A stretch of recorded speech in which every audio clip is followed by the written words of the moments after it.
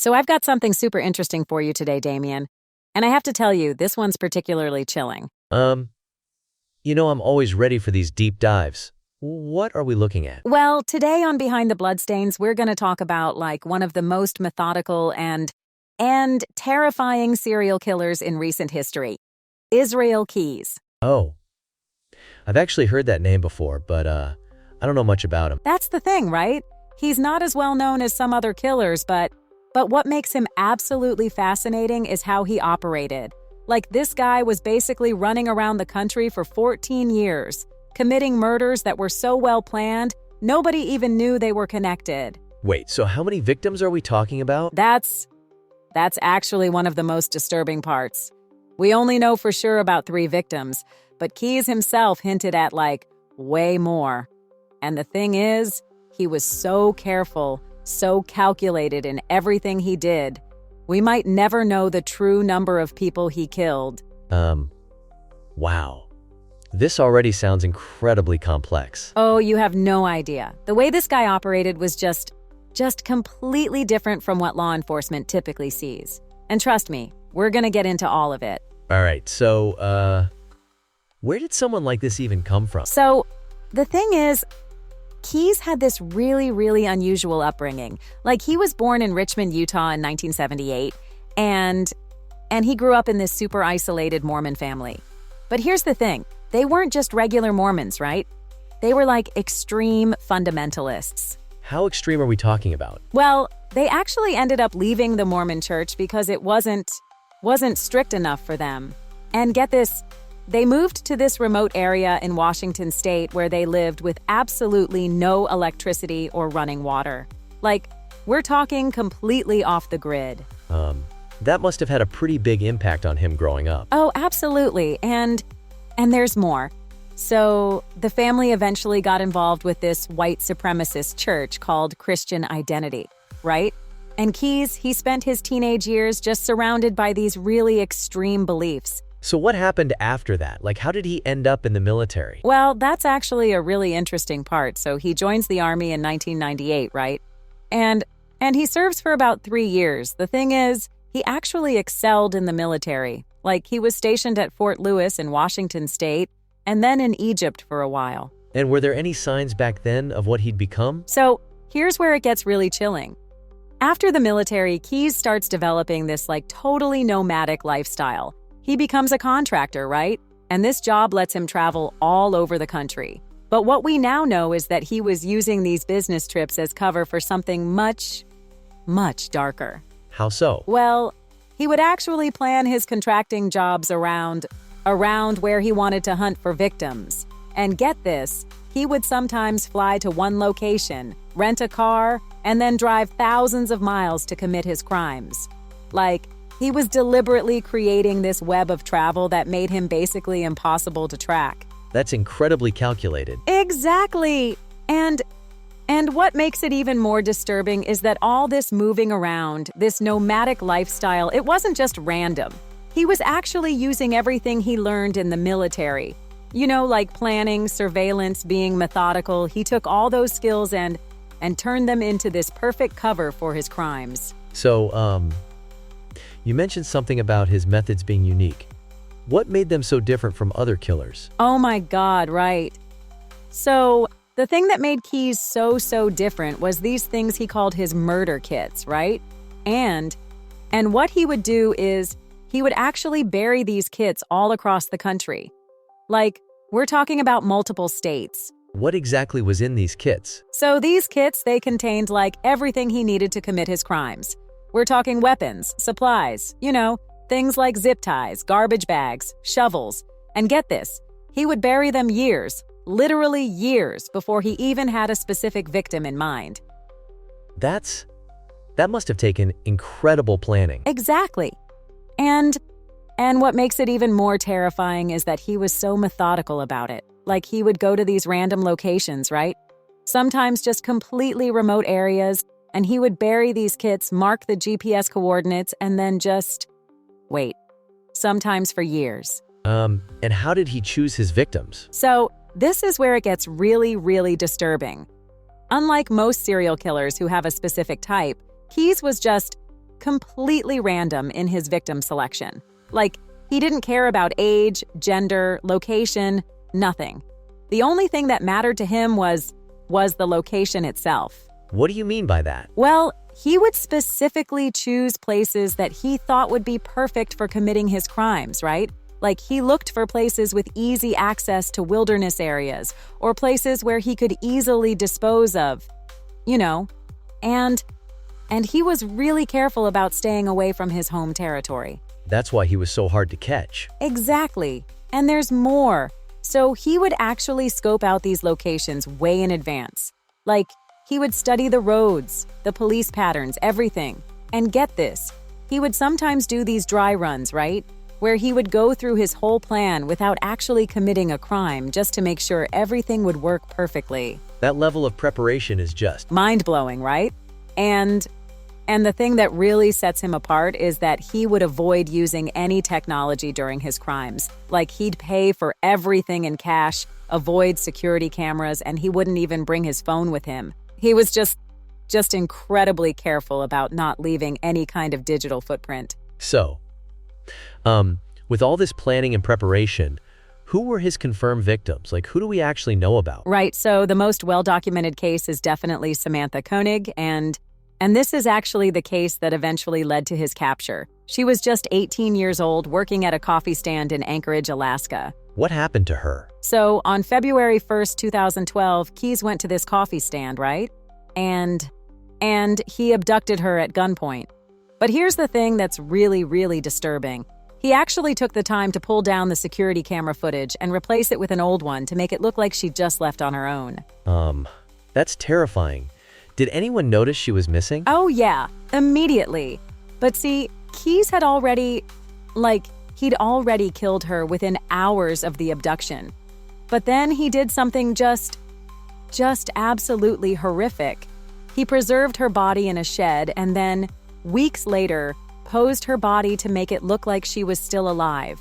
What do you mean? So he actually took a photo of her body holding up a newspaper, right? And he used this for ransom demands from her family. Like, he was so calculated about it. He even went on a cruise to give himself an alibi while all this was happening. How did they finally catch him? So this is where he finally made some mistakes. He started using Samantha's debit card, right? But he was really smart about it at first. He only used it in places where he knew there weren't cameras. But then he got cocky. What did he do? He started withdrawing money from ATMs, which obviously have cameras. And the police, they were watching these transactions, right? They managed to track him down to Texas and then eventually arrested him in Arizona on March 13th, 2012. So this is when everything started coming apart? Exactly. And once they had him in custody, that's when things got really interesting. Because, see, they initially just thought they had caught Samantha's killer, right? But during the investigation, Keyes started revealing all these other crimes. And the scary thing is, we still don't know the full extent of what he did. The Koenig case was just the tip of the iceberg. Absolutely. Like, during the investigation, he admitted to killing Bill and Lorraine Currier in Vermont back in 2011. And these victims were completely different from Samantha, which just shows how random his selection really was.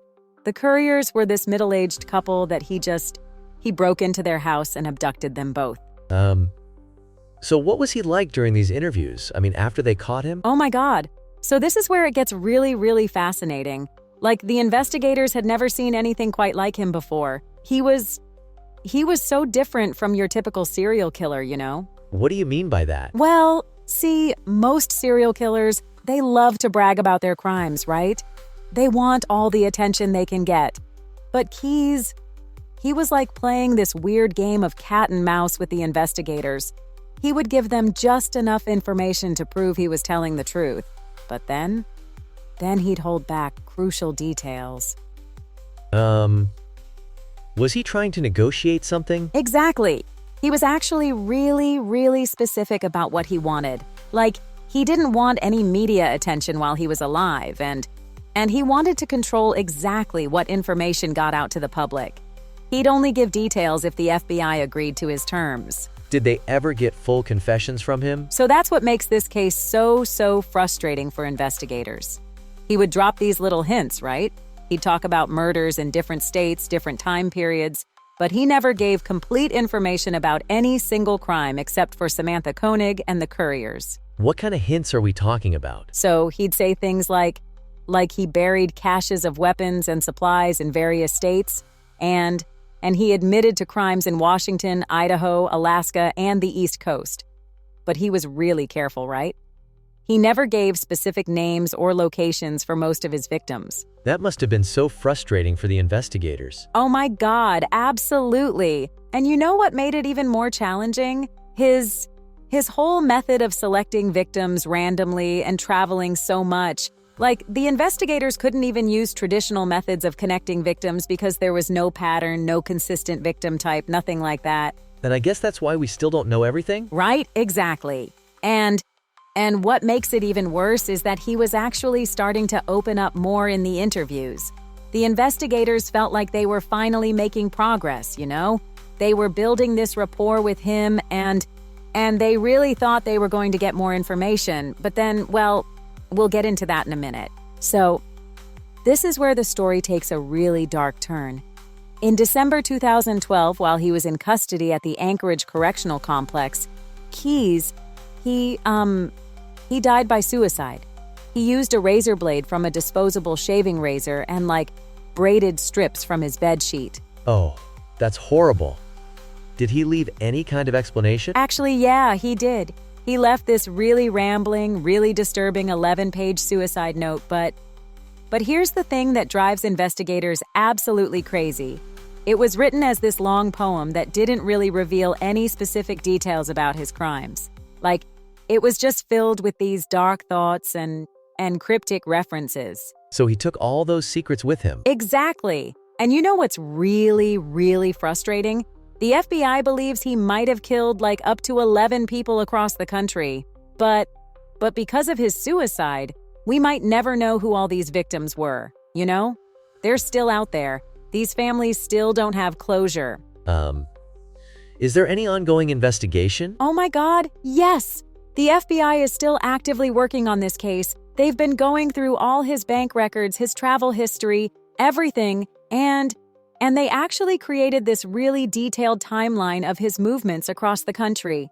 They're trying to match these movements with unsolved murders and missing persons cases. Have they had any success with that? So they've made some progress, but it's really complicated. See, remember those murder kits we talked about? The FBI thinks there are still some out there that they haven't found. And every now and then, they get these new leads, right? Someone will report something suspicious that matches his MO, or they'll find new evidence that might connect to his timeline. What about DNA evidence? That's another huge challenge. Because Keyes was so meticulous about not leaving evidence, and he often killed in different jurisdictions than where he disposed of the bodies. Plus, some of these crimes happened years ago, way before he was caught. The evidence, if there ever was any, it might be gone now, you know? And I guess that makes it even harder for the families. Absolutely devastating for them. Imagine knowing your loved one might be one of his victims, but never being able to know for sure. The FBI actually maintains this special page on their website about Keyes, hoping that someone somewhere might recognize something that could help solve these cases. But with each passing year, it just gets harder and harder to find new leads. Wow. When you look at the whole Israel Keyes case, what do you think is the biggest impact it's had on how law enforcement handles serial killer investigations now? Oh my God, it's completely changed things, right? Keyes really showed law enforcement that they needed to totally rethink their approach because, the old model of serial killers staying in one area, having a specific type of victim, that's just not always the case anymore. What specific changes have they made? So the FBI has actually developed this whole new system of cross-jurisdictional cooperation, right? And they're putting way more emphasis on tracking banking records, travel patterns, all that stuff. Because Keyes showed them that killers can be so mobile now. They're literally teaching new agents about this case at Quantico as an example of how modern serial killers can operate. Do you think there are other killers out there using similar methods? That's actually one of the scariest things about this whole case, because Keyes was just so methodical, so patient. And the truth is, we just don't know if there are others out there using his methods, like the whole thing about those murder kits and crossing state lines and choosing completely random victims. It's terrifyingly effective. What's your take on the most important lesson from this case? God, there are so many. But I think the biggest one is that we really need to change how we think about linking crimes together. Because you see, Keyes showed us that a killer could commit murders years and thousands of miles apart, with absolutely no connection between the victims. And that means there could be crimes right now that we don't even know are connected. You know what I mean? That's actually terrifying. Exactly. And here's the thing that really keeps investigators up at night. We probably only know about a fraction of what Keyes did. Like everything we've talked about on Behind the Bloodstains today. It might just be the tip of the iceberg. And somewhere out there are still families waiting for answers that they might never get. The world is full of shadows, and some monsters never make the headlines. But here, in the dark corners of history, their stories will be told. Thanks for joining us on this journey into the unknown. If you enjoyed this episode, be sure to subscribe, leave a review, and share with fellow true crime fans. Until next time, stay curious, stay cautious, and remember, behind every bloodstain, there's a story waiting to be uncovered.